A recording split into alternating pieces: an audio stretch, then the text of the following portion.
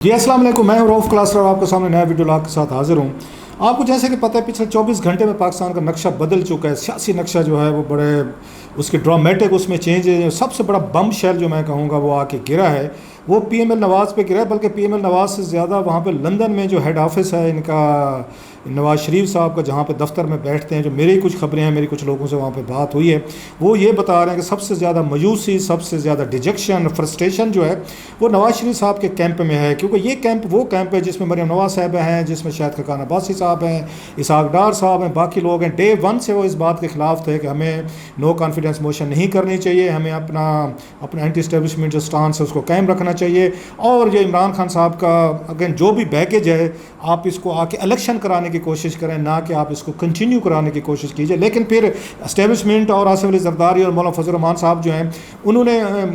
आके साथ मिल के, शहबाज शरीफ साहब के साथ मिल के उन्होंने कहा नहीं जनाब कि अब हमने गेम जो है ना पूरी करनी है, ढोल गले में बज गया है तो इसको बजाएंगे। और जो चेंजेस हमने करनी है, लॉज में चेंजेस करनी है, करप्शन केसेस अपने हमने आगे ख़त्म कराने हैं, नैब को हमने आके टूथलेस करना है, या इलेक्शन जो लास्ट थे आपको याद ओवरसीज़ पाकिस्तानीज़ के हवाले से ईवीएम वगैरह जो है, ये सारी चीज़ें करेंगे तो फिर करेंगे। और इसके बाद फिर इस्टेब्लिशमेंट ने इनको पकड़ लिया, उन्होंने कहा कि अब आप नहीं जा सकते, 1.5-2 महीने के लिए आने का कोई फ़ायदा नहीं है। अब आप बैठे हैं तो पूरा बैठे, नहीं तो पाकिस्तानी इकॉनमी बैठ जाएगी। डॉलर जो है अब हमारे हाथ से निकल रहा है, IMF के पास जाएँ, मुख्तलिफ फ़ैसले हैं, जो मुश्किल फ़ैसले हैं वो करें। इनको आके इस्टेब्लिशमेंट ने और आसिफ अली जरदारी साहब ने कायल किया कि अब आप अपना टाइम जो है आप पूरा करें, हम आपके साथ डट कर पीछे हम आपके खड़े हुए हैं।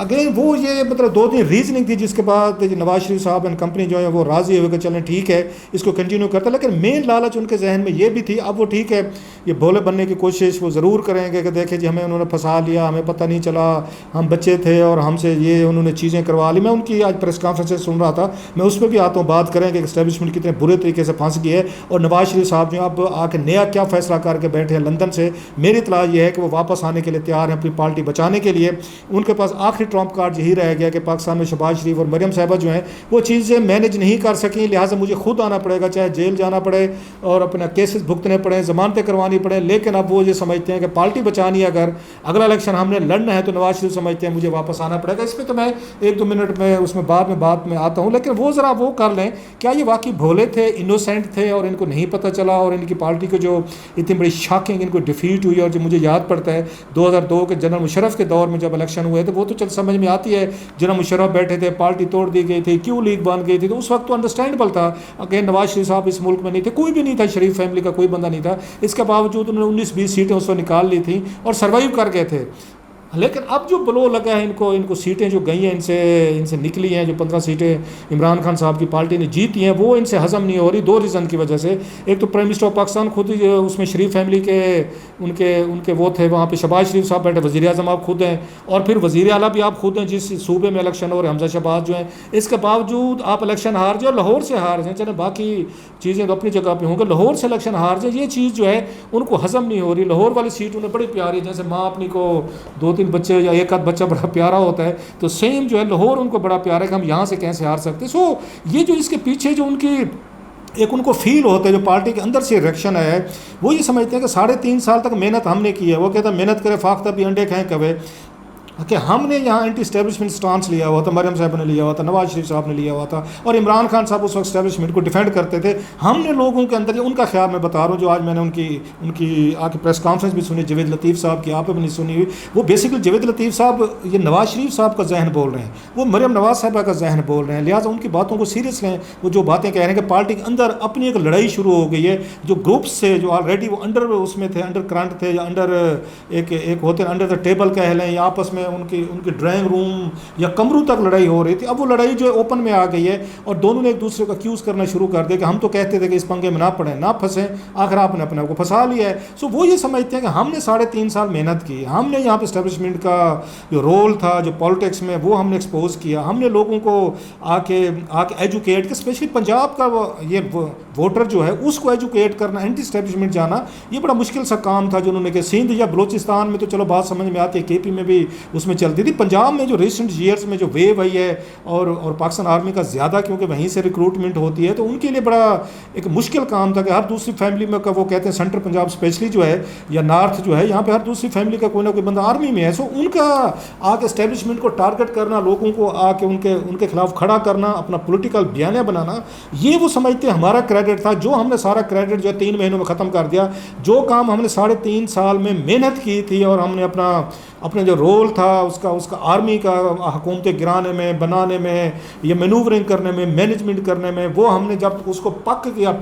वो फल हमने उठा के इमरान खान साहब की झोली में डाल दिया, जो सबसे ज़्यादा उस वक्त जनरल बाजवा साहब, जनरल फैज़, दीगर पाकिस्तान आर्मी जो है उस वक्त की क़यादत जो है उसको डिफेंड करते थे। तो हमें क्या मिला इसमें से? अब ये इतने भोले भी नहीं है वैसे कि इन्हें क्या मिला है। अब वो बिल्कुल वो कह रहे हैं जी हमें क्या मिला, और शायद अब सारा नज़ला जो है ना आसिफ अली ज़रदारी एंड कंपनी पे डाला जाएगा। ये इनको पॉलिटिक्स करते हुए 40 साल से ज़्यादा हो गया, पावर पॉलिटिक्स की है। 3 दफ़ा वज़ीर आज़म नवाज शरीफ साहब रहे हैं, कोई 3-4 दफ़ा वज़ीर आला वो रहे हैं, शहबाज शरीफ रहे हैं, फिर चौथी दफ़ा इनकी फैमिली में वज़ारत उज़्मा आ गई। सो उन्होंने आके पॉलिटिक्स को अंदर बाहर से देखा हुआ, सब समझते हैं। ये इनको उस वक्त जो अब कह रहे हैं, जो उन्होंने जवेद लतीफ़ साहब ने कहा कि हमें डराया गया था कि अगर आपने नो कॉन्फिडेंस मोशन ना की तो वो नवंबर में तैनाती होनी है, फिर आप लोग जेल में होंगे। जो उन्होंने भी कहा था, खुर्रम दस्तगीर साहब ने भी कहा था, 1 पॉइंट एजेंडा था जनाब कि अगर आप चाहते हैं कि जनरल फैज़ आर्मी चीफ ना बने, फिर आपको इनको हटाना पड़ेगा ना, इनको इमरान खान साहब को, फिर आप अपनी मर्ज़ी का आर्मी चीफ ला सकेंगे, और अगर आपने ना हटाया तो जनरल फैज़ आ जाएंगे, वो फिर आर्मी चीफ बन जाएंगे, अपनी मर्ज़ी का DGI सही रखेंगे, फिर अगले साल इलेक्शन करवा लेंगे, और फिर 2028 तक, जिसका ये PTI आके खुल के कहती थी कि हम तो 2028 तक बैठे हैं, तो इनका ये फार्मूला है, उनके जहन में ये था। प्लस जो और चीज़ थी जिस वजह से ये ज़्यादा मेरा ख्याल है इनके जहन में आया, एक तो ओवरसीज़ वाला बोर्ड था, वो इनको खौफ था। प्लस ये एक और समझते हैं कि जो केसेस बने थे इसके मनी लॉन्ड्रिंग के, शहबाज शरीफ साहब पे या हमजा शहबाज पे और नवाज शरीफ साहब के बेटों वगैरह पे, उसमें 16 बिलियन रुपीज़ के TT के जो आए थे, मकसूद चपरासी साहब का जो नाम आता था उसमें, इनको ये भी खौफ था कि शहजाद अकबर ने जो केस बनाया है, 100 विटनेसेस पेश किए हैं, इतना ज़्यादा वो कहे ओपन एंड शट केस है कि उसमें आके शहबाज शरीफ और हमजा शहबाज को अगर सज़ा हो गई तो ऑलरेडी मरीम नवाज़ वो डिस्क्वालीफाई हैं, उसके बाद ये नवाज शरीफ साहब डिस्क्वालीफाई हैं। इसके बाद अगला प्लान ये है कि जनाब के अगर ये होगा शहबाज शरीफ साहब इनको डिस्क्वालीफाई कराया जाए और हमजा को करवा दिया जाए, पूरी शरीफ फैमिली को उड़ा के माइनस, तो फिर आप इलेक्शन में जाएँ और फिर उसके बाद दोबारा इलेक्शन आपके लिए जीतना अगर आसान होगा। ये गेम प्लान था जो इनको बताया गया था। सो ये जब इन्होंने पावर एक्सेप्ट की है तो आसिफ अली ज़रदारी साहब को इनकी कमज़ोरियों का पता था, हमारी इस्टेब्लिशमेंट को इनकी कमज़ोरियों का पता था कि इनको किस चीज़ पर हम अपने साथ ये मिला सकते हैं। प्लस एक और ये भी कहते हैं कि शायद जनाब बाजवा साहब के जहन में ये भी था कि जनाब के इन्होंने मुझे आर्मी चीफ बनाया था, एक होते हैं ना थोड़े some time you feel it, और मेरे दौर में उनको आगे उनकी हुकूमत भी चली गई, जेलों में भी चले गए और इमरान खान साहब आ गए। सो अगेन उनके जहन में आया हो कि जाते जाते हुए इनको दोबारा इनको अगर पावर मिल सकती है तो एक कंपनसेशन की जाए। सो ये चीज़ भी हो सकती है एस्टेब्लिशमेंट के जहन में, लेकिन जो एस्टेब्लिशमेंट चाहती थी, रोकना चाह रही थी, नवंबर वाली जो तैनाती थी, तो अब ये बहुत सारे इसमें फैक्टर्स हैं, कोई एक दो नहीं है जिसका कहा जाए कि जिसकी वजह से इनको ये फैसले करने पड़े। डेफिनेटली उन्हें बड़ा सोच समझ के, लेकिन एक और भी जो मैं उनको देख रहा, अजहर जवेद साहब हैं इसके दुनिया TV के वहाँ पे ये ब्यूरो चीफ़ हैं और पूरा वो उसको मेरा यूरोप को संभालते हैं। मैं उनके ट्वीट्स देख रहा था, बड़ी उन्होंने अहम बातें की। अजहर जवेद के पास बड़ी खबरें होती हैं, वो उनके बड़े करीब समझे जाते हैं, स्टोरीज़ होती हैं उनके पास। वो ये कहते हैं कि यहाँ पे उसमें जो PML नवाज़ के 5 प्यारे हैं, इन 5 ये प्यारों ने मरवाया, ये उन्होंने ट्वीट्स किए हैं। और उनका ये कहना है कि जो उसमें लिखा है कि इन्हीं की वजह से इन्होंने नवाज शरीफ साहब को और बाकियों को इनको मजबूर किया कि आप ये डील लेने पर तैयार हो जाए, अदरवाइज़ नवाज शरीफ साहब इस पर रिलेक्टेंट थे, वो नहीं चाहते थे इनको किया जाए। तो अब ये पता चला वो जो 5 प्यारे हैं उन पर नवाज शरीफ साहब उनसे बड़े सख्त नाराज़ हैं कि आपने मरवा दिया, मैं तो ये कहता था। और दूसरा ये भी कहा जा रहा है कि शायद नवाज शरीफ साहब की वो उस लंदन में रहने की वजह से पार्टी पे वो ग्रिप नहीं रहेगी। जो पाकिस्तान में लोग हैं वो इंडिपेंडेंट फैसले जो हैं वो करते हैं, और नवाज शरीफ साहब से जब मिलते हैं तो उनको जाके जो सिचुएशन बताई जाती है, एक मतलब बाज़ लोगों ने ये कहा है जो उनके करीब है वहाँ से लंदन से, मेरी जैसे मैंने कुछ लोगों से बात हुई है कि शायद ब्लैकमेल भी किया जाता है। उनको ये भी कहा गया कि अगर हम ये नहीं करेंगे और अगले इलेक्शन जीत गए तो हमारी पार्टी टूट जाएगी। तो अब आप पूछेंगे 5 प्यारे कौन हैं? वो जो 5 प्यारे हैं जो मुझे पता चला, ख्वाजा आसिफ साहब हैं, एहसन इकबाल साहब हैं, राना तनवीर साहब हैं, कि शहबाज शरीफ साहब हैं और ख्वाजा साद रफ़ीक हैं। ये वो 5 प्यारे जिनका नाम दिया गया PML ये नवाज़ में दिया गया है कि ये वो लोग हैं जो एक साथ सोच लेकर उसमें चलते हैं। जबकि दूसरे कैंप में जैसे मैंने बताया शाहिद खकान अब्बासी हैं, मरियम नवाज़ हैं, उस डार साहब हैं, नवाज़ शरीफ साहब हैं, वो लोग हैं। सो ये कैंप इसने प्रिवेल किया है। नवाज़ शरीफ साहब को इन्होंने आके इन्होंने कैल किया है। और बल्कि नवाज शरीफ साहब अकॉर्डिंग टू अगेन जो सोर्सेज हैं वो तो इस बात पे कैल थे कि 11 को वज़ीर आज़म बन रहे हैं तो 12 को आपको असम्बलियाँ तोड़ देनी चाहिए। आप अगेन 11 अप्रैल की बात करो, लंबे के चक्कर में ना पड़े। लेकिन फिर जरदारी साहब ने, जैसे मैंने कहा, उन्होंने कैल किया कि ये काम आपको नहीं करना चाहिए। लिहाजा एक उनके जहन में था कि शायद हम संभाल लेंगे, हम ये पार्टी या ये मुश्किल फ़ैसले हैं हम लेकर चले जाएंगे और हमारे लिए करिस्मेटिक जो अप्रोच है अगेन वो काम करेगी। सो इस वक्त उनके जहन में यही है कि उस मियाँ साहब को वापस आना चाहिए। ये उनकी पार्टी समझती है जेल जाना पड़े, आपको बैठना पड़ेगा। इस वक्त इमरान खान का जो ज़ोर है, बयानिया है, उस बयाने को कम्पीट करने के लिए इनके पास कोई चीज़ नहीं है। जो उन्होंने चोर डाकू वाला इनके बारे में और इनके मफरूर होने में, लंदन जाने में, भाग जाने में, इनकी वेल्थ पे, मनी लॉन्ड्रिंग, उन्होंने इस तरह का बयानिया बनाया है जिसका तोड़ जो है ना ये अगेन PML नवाज़ के पास नहीं है और ये उसको बीट नहीं कर सके। बहरहाल ये वो कुछ ये उस लेटेस्ट वो चीज़ें हैं अपनी उसका दूसरी तरफ जो बताया जा रहा है कि एस्टेब्लिशमेंट जो है it's in a big fix कि वो क्या करें, क्योंकि अब आके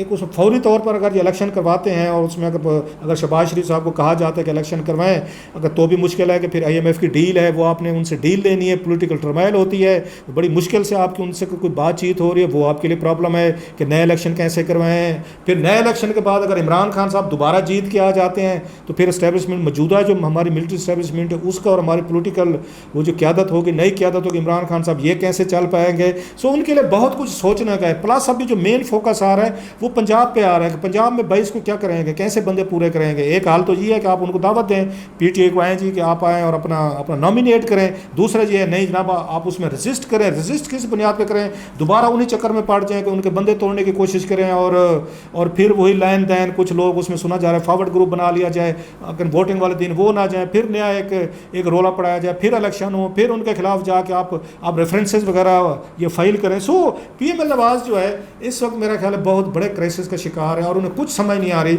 ये मानना पड़ेगा कि इमरान खान साहब ने बाजी पलट दी और वो कहते हैं turn tables on his opponents, वही काम इमरान खान साहब ने किया है। अब ये देखना ये है, मेरी जो बात है वो कहते हैं इस वक्त नवाज शरीफ साहब को कुछ नहीं समझ आ रही इन हालात में मैं क्या करूँ, किधर जाऊँ और किस से एडवाइस लूँ, क्योंकि जिन लोगों ने उनके बकौल उनको एडवाइस किया था 5 प्यारों ने, उन्हें 5 प्यारों की वजह से पार्टी मारी गई है।